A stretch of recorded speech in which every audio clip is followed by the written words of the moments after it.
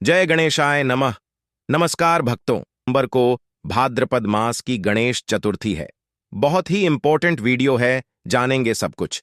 गणेश स्थापना कब करना है, शुभ मुहूर्त क्या है, चंद्र दर्शन निषिद्ध की समस्त जानकारी।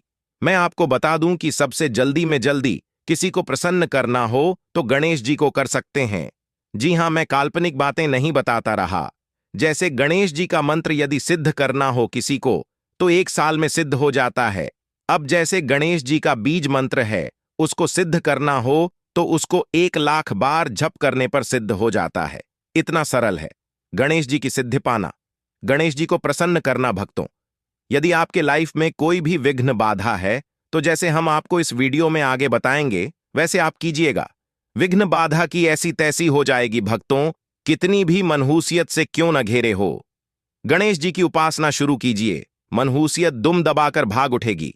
फिर से कह रहा हूं कि इस युग में सबसे जल्दी रिजल्ट देने वाले देवता हैं तो हमारे गणेश जी। हम अपने पोस्टों के द्वारा आप लोगों को प्रेरित करता रहता हूं कि आप हर महीने आने वाले गणेश चतुर्थी का व्रत उपवास किया करें। रही है, आपके भाग्य की रेखाएं बदल जाएंगे। गणेश चतुर्थी का व्रत साधारण नहीं, आपको रिजल्ट तुरंत देगा। चलो भक्तों, अब मुद्दे पर आते हैं कि गणेश चतुर्थी 7 सितंबर को है। आपकी जानकारी के लिए बता दूं कि महीने में 2 गणेश चतुर्थी होती है। एक संकष्टी चतुर्थी होती है जो कृष्ण पक्ष की, और दूसरी होती है विनायक चतुर्थी या शुक्ल पक्ष की। 7 तारीख वाले शुक्ल पक्ष की विनायक चतुर्थी है। अब देखिए, जो संकष्टी चतुर्थी होती है उसमें रात में पूजन होता है और उसके अंदर चंद्रमा का दर्शन करने का विधान है। लेकिन जो विनायक चतुर्थी है उसमें गणेश जी का पूजन दोपहर में किया जाता है। तो जो आने वाले गणेश चतुर्थी थी है 7 तारीख को, यह विनायक चतुर्थी है, तो भक्तों इसमें पूजन दोपहर में होगा। इस दिन गणेश जी की पूजा होती है बड़े विधि विधान से और लोग गणेश उत्सव मनाते हैं, गणेश जी की स्थापना करते हैं। इस दिन गणेश पूजन का शुभ मुहूर्त रहेगा 7 सितंबर। पूजा का शुभ मुहूर्त 11:03 से 1:34 तक, कुल मिलाकर 2 से ढाई घंटे का समय है। इसके अंदर ही आपको करना है तो जब्त कर सकते हैं। गणेश जी का पूजन करना है, गणेश जी के लिए हवन करना है, गणेश जी को स्नान कमाना है, सब इस योग में आपको करना है।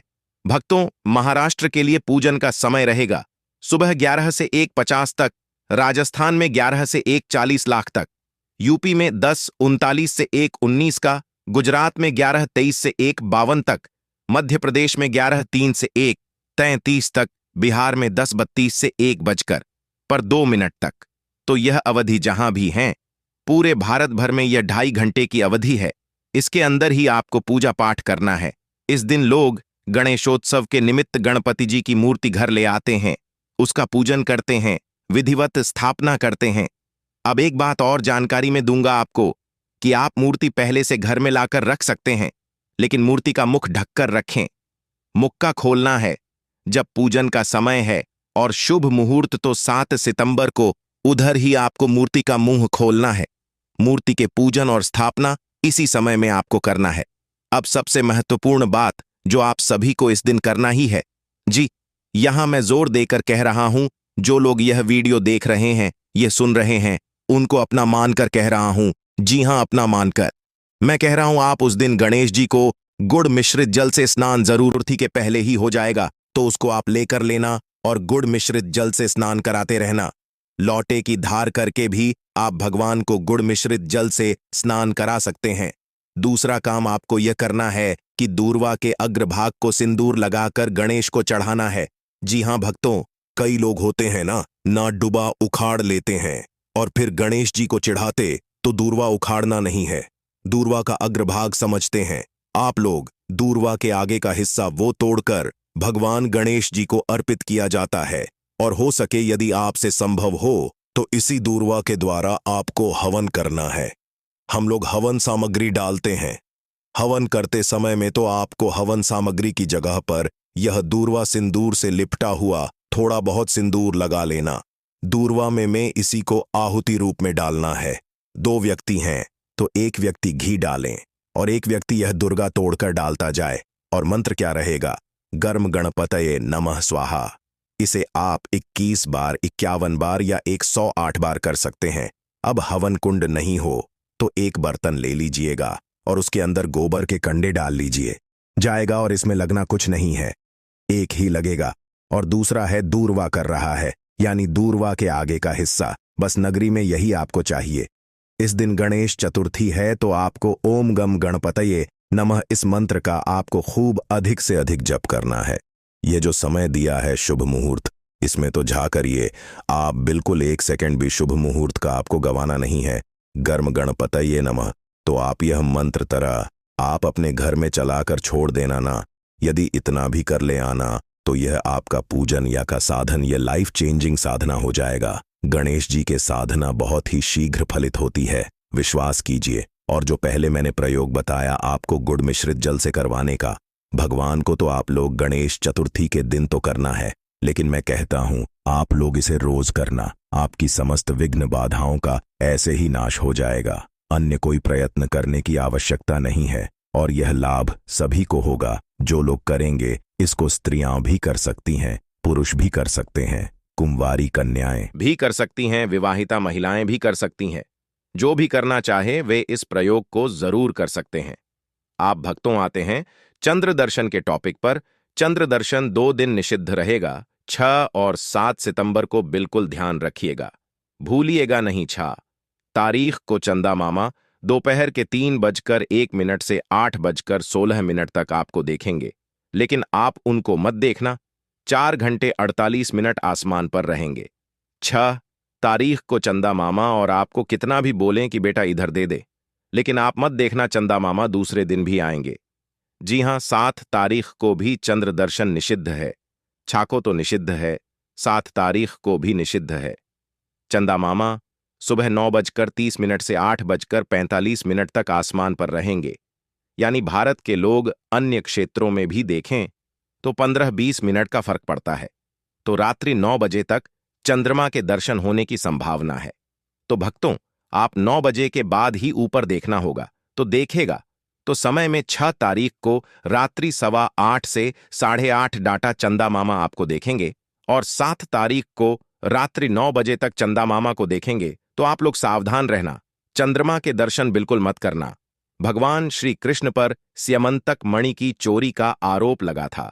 तब नारद जी ने उन्हें बताया कि भगवान श्री कृष्ण ने भाद्रपद शुक्ल चतुर्थी के दिन चंद्रमा को देखा था, जिसकी वजह से उन्हें मिथ्या दोष का श्राप लगा है।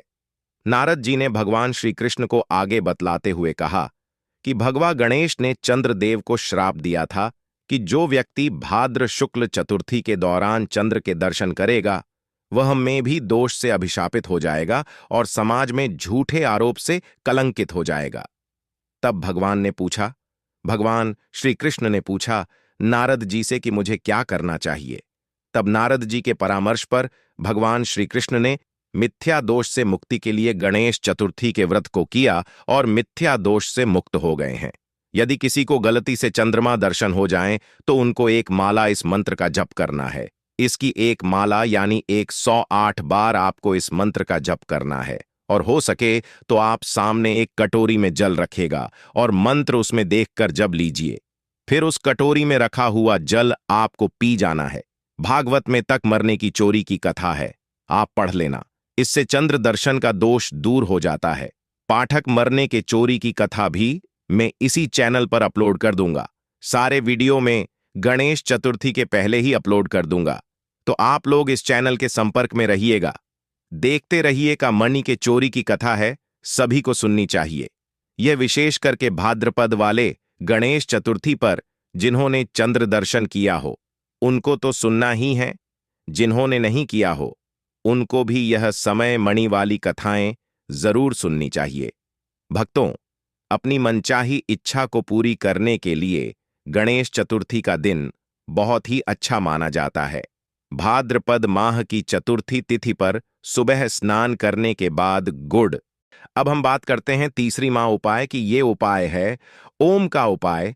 अगर घर में लड़की का किसी का भी विवाह नहीं हो पा रहा है तो लड़के और लड़कियां जिनका विवाह नहीं हो पा रहा है उनको यह उपाय करना है। देखो, ये उपाय बहुत ही प्यार सा आसान सा उपाय है, हर कोई उपाय कर सकता है। कोई दूसरा उपाय आपको करने की जरूरत नहीं पड़ेगी।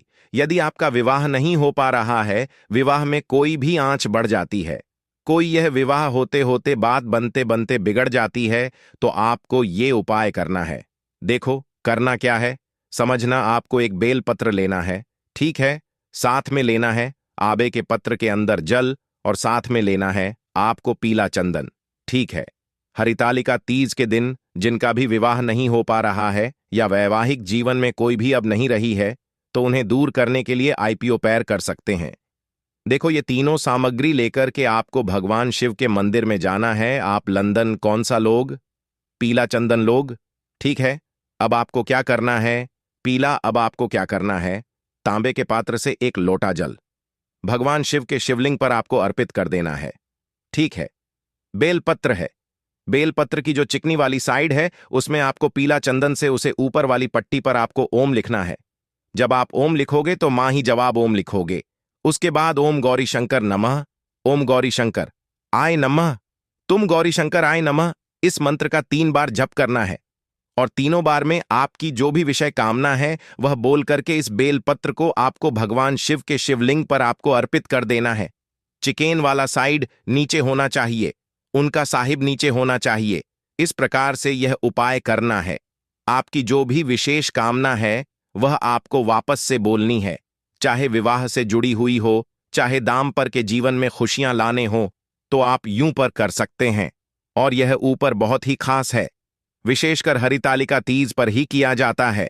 तो यह उपाय तो जिन लोगों का विवाह नहीं हो पा रहा है उन लोगों को विशेष का यह उपाय करना चाहिए। तो देखो आज के इस पूरे वीडियो में 3 सुंदर से हरितालिका तीज के हमने उपाय बताए हैं। तीनों में से जो उपाय आपको लगता है बहुत ही प्यार से छोटे छोटे उपाय हैं, करके देखिए, फायदा आपको जरूर मिलेगा। तो दोस्तों अब बात करते हैं अगली उपाय कौन सी है। ये थे पूज्य गुरु जी द्वारा बताए गए कुछ बहुत ही खास उपाय। अगर आपको जानकारी अच्छी लगी हो तो वीडियो लाइक करें, करिएगा। मिलते हैं।